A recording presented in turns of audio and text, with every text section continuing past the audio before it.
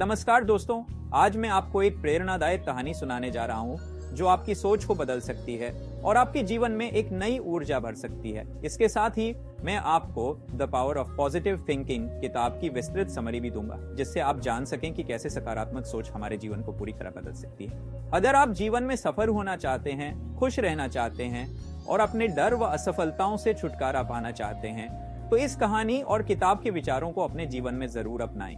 Motivational कहानी विश्वास की ताकत कहानी की शुरुआत एक गांव में रामू नाम का एक गरीब किसान रहता था।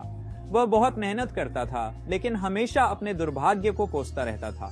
जब भी कोई उससे पूछता कि वह दुखी क्यों है, तो वह यही कहता, मेरी किस्मत खराब है, मैं जितनी भी मेहनत कर लूं, मेरी जिंदगी कभी नहीं बदल सकती।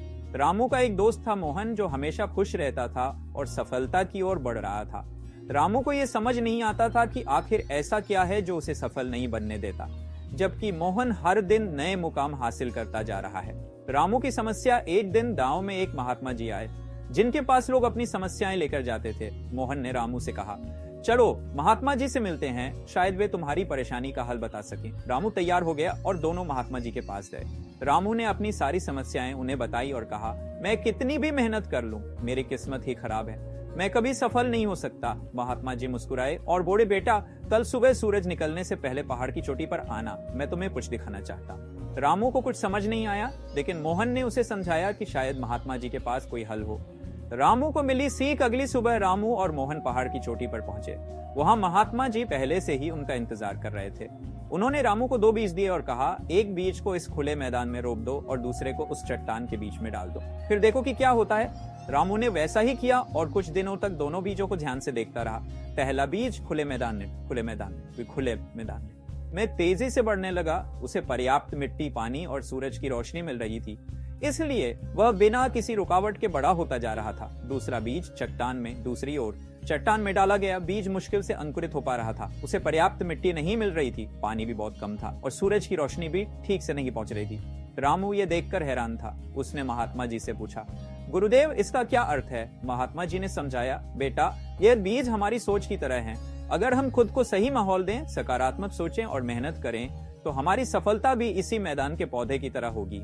लेकिन अगर हम हर समय नकारात्मक सोचें, खुद को बाधाओं में फंसा हुआ माने, तो हम चट्टान के उस बीज की तरह होंगे जो मुश्किल से उग पाता है। रामू को समझ आ गया कि असली समस्या उसकी मेहनत में नहीं, बल्कि उसकी सोच में थी। उसने ठान लिया कि वह अब से सकारात्मक सोच अपनाएगा और मेहनत करता रहेगा। The power of positive thinking book summary. अब आइए इस कहानी से मिलते जुलते विचारों वाली the power of positive thinking किताब की विस्तृत समरी जानते हैं। इस किताब के लेखक डॉक्टर नॉर्मन विंसेंट पील हैं, जो बताते हैं कि हमारी सोच हमारे जीवन की दिशा तय करती है। अगर हम सकारात्मक सोचते हैं तो हम बड़ी से बड़ी मुश्किलों को भी पार कर सकते हैं। एक, आत्मविश्वास को बढ़ाएं, खुद पर विश्वास करें, बार बार कहें, मैं ये कर सकता हूं।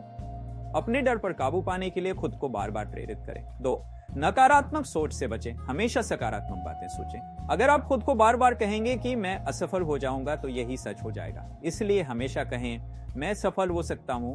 3, चिंता और डर को दूर करें। चिंता को दूर करने का सबसे अच्छा तरीका है अपने डर का सामना करना।